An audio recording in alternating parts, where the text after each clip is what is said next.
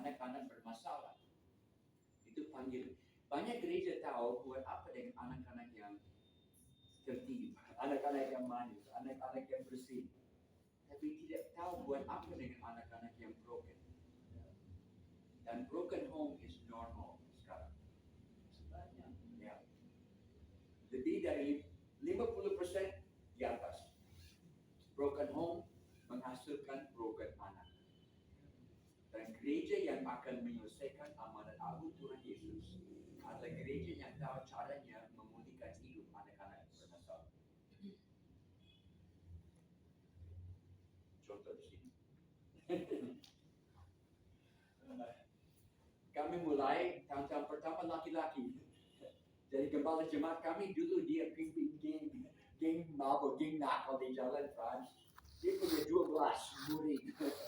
Geng nakal. Saya tahu kami tampung di rumah. Saya pikir kalau Yesus bisa mulai dengan 12 murid yang nakal, saya juga bisa mulai dengan 12 murid yang kacau. Dan mereka jatuh cinta dengan Yesus, mereka stop minum. Akhirnya saya coba bawa mereka ke gereja-gereja lokal untuk pemberian lanjutan, gagal. Karena mereka tidak tahu budaya gereja. Mereka tidak tahu bahasa gereja. Mau tidak mau kami harus bikin gereja sendiri. Nama ada yang tanya tadi, di bawah payung apa? Kami kasih nama GKOB, Gereja Kristen Orang Bermasalah. Di bawah GBI, Gereja Bebas Indonesia.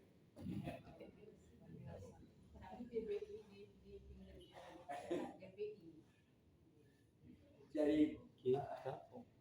kalau datang ke tempat kami tidak punya emblem, denominasi, logo. Mereka tidak tahu, anak-anak tidak peduli dengan hal itu. Dan tahun-tahun pertama, saat kami laki-laki, semua laki-laki. 1, 2, 3 tahun tidak ada perempuan, semua laki-laki. Anak-anak minum mabuk, anak-anak nakal, itu semua jemaat. Mulai tahun keempat mulai ada perempuan. Kamu perempuan tapi dunia mabuk. Perempuan nakal. Semua. Jadi tahun-tahun pertama kami dicap. Maaf Pak, kalau mau gerakan Tuhan, arti harus siap untuk kritik banyak.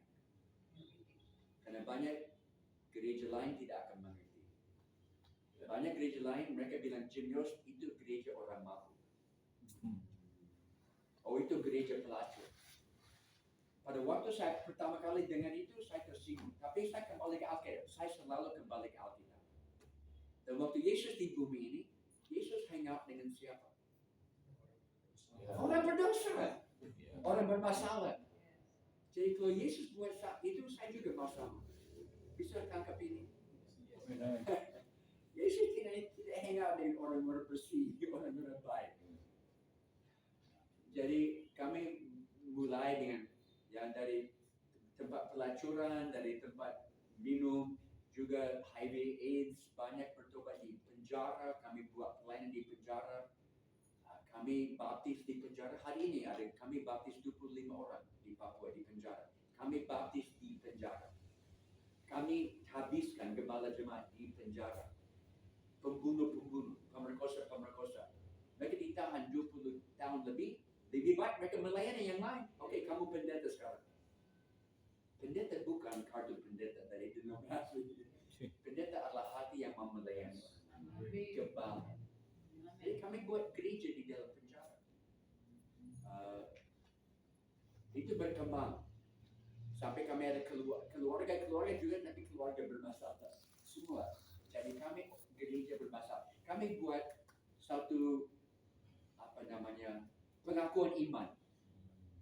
Bukan dari Rasuli, itu terlalu kuno. Kami buat pengakuan iman baru. Kami semua orang bermasalah yang cari jalan baru kepada Allah. Kami semua berdiri. Kami semua orang bermasalah yang cari jalan baru kepada Allah. Karena kami semua orang bermasalah. Lebih baik kita akui, kita jujur daripada sembunyi di belakang masker. Dan gereja anak muda sekarang bisa cium kemunafikan dari jauh. Mereka mau kejujuran. Jadi berkembang. Sampai jadi gereja terbesar di Papua. Tapi sesuatu terjadi 20 tahun yang lalu yang merubah hidup saya selama-lamanya. Yang tanggal 26 Desember. Pagi-pagi. Di Sumatera ini. Di dalam laut. Ada gempa, goyang-goyang di bawah, ada retak-retak yang buka di bawah air dan sedot semua air dari pinggir laut, dari pantai. Semua pantai kering, jam 8 pagi. Semua anak dari kampung-kampung di pesisir mereka lari dapat ikan gratis. Tapi retak tutup dan gelombang tsunami pertama datang. Banyak yang tidak tahu, tsunami ada 3 gelombang. Yang pertama datang ambil semua anak-anak itu di pinggir yang tidak bisa lari. Kebanyakan yang mati dalam tsunami anak-anak, lebih dari orang dewasa. Ada gelombang kedua, ada gelombang ketiga. Gelombang ketiga 100 meter tinggi. Saya tahu karena saya ketemu satu anak yang naik gelombang itu dan survive. Dia pancing ikan jauh waktu mulainya dan dia ada waktu naik dia ada di atas dan dia tidak jauh ke depan, dia ikut sampai beberapa kilometer ke dalam baru air turun dan dia survive dan dia bilang, Jim, saya ada di atas, saya bisa lihat atasnya pohon kelapa di bawah. Tinggi sekali. Dan kita tahu hancur total. Waktu tsunami Aceh terjadi, saya di Papua tidak bisa lebih jauh, ujung ke ujung. Tapi sama seperti semua kami nonton di televisi. Metro TV siarkan semua. 1 hari, 2 hari, 3 hari. Kami lihat semua. Tidak ada bantuan. Hari pertama tidak ada bantuan karena semua jalan putus. Dari Medan sampai ke situ putus semua. Dan terminal di Banda Aceh roboh sebagian. Jadi tidak diizinkan pesawat masuk. Hari pertama. Hari ketiga sesudah tsunami, saya lari pagi. Ya, ada yang tahu, setiap pagi saya lari 10 kilo. Saya dan istri lari pagi. Sampai sekarang. Tadi pagi saya lari 10 kilo. Karena itu waktu berdoa, saya lari dan berdoa. Karena kalau saya berdoa di rumah, saya mengatur. Jujur, kalau saya lari dan berdoa, dua tajam terarah. Saya berdoa banyak. Saya berdoa Jawa Jire, Jawa Shalom. Saya doakan semua ini tiap pagi 1 jam. Saya lari dan berdoa. Dan waktu saya lari berdoa, hari ketiga susul tsunami, Tuhan bilang, Jim harus ke Aceh. Oke, saya pulang ke rumah, saya bilang istri, anak-anak, Tuhan mau kita ke Aceh. You pikir respons mereka apa? Ayo kita pergi. That's my family. Itulah keluarga saya. Jadi Amy anak pertama yang punya klinik kesehatan, dia kumpulkan satu tim, kami dapat 150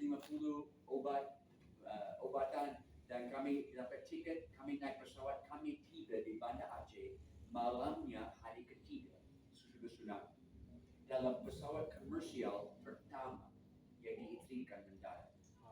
Kami ada di dalam, mujizat. Waktu saya turun dari pesawat, saya cium bau busuk dari semua mayat karena belum ada pembersih, sangat busuk. Ada setiap 20 meter ada mayat di mana-mana dan semua rata dengan tanah. Hanya ada beberapa masjid besar yang tahan, tapi semua lain rata dengan disampuk habis ke laut.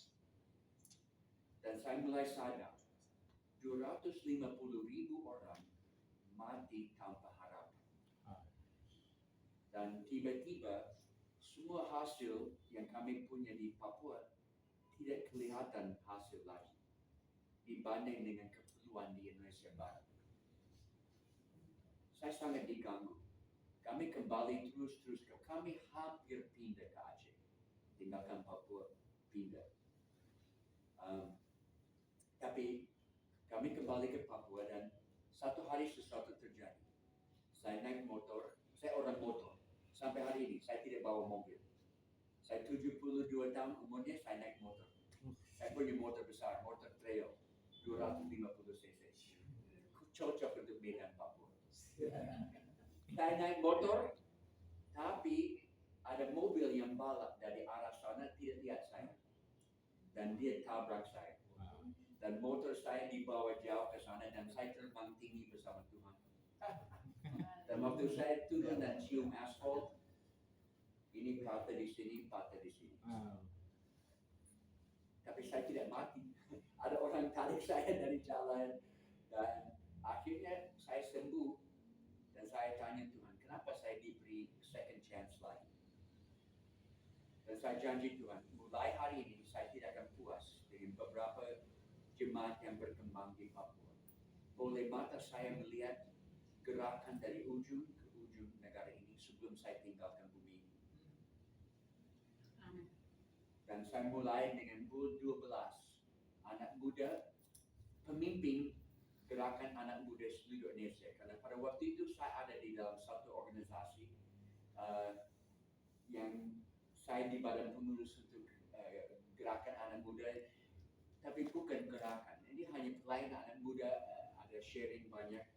Dan saya cari 12 pemimpin yang frustrasi. 12 yang rasa apa yang kami buat tidak akan menghasilkan hasil seperti kami lihat di dalam Kisah Para Rasul. Why? Kenapa Kisah Para Rasul ada di dalam Alkitab kita? Karena Kisah Para Rasul adalah contoh, blueprint. Apa yang kita harus alami setiap hari. Gereja harus seperti Kisah Para Rasul. Itu normal. Gereja yang normal ada di Kisah Para Rasul. Hidup Kristen normal ada di Kisah Para Rasul. Kalau kita tidak mengalami hal ini, kita harus tanya kenapa. Salahnya bukan dengan Alkitab. Salahnya ada dengan pengalaman kami. Dan kami harus tanya, apa yang saya buat untuk menghalang Tuhan sampai dia tidak bisa buat ini? It's normal. Baptisan air 3.000 orang dalam satu hari, Kisah Para Rasul 2. That's normal. Yeah. 2 kali mata saya melihat 3.000 dibaptis.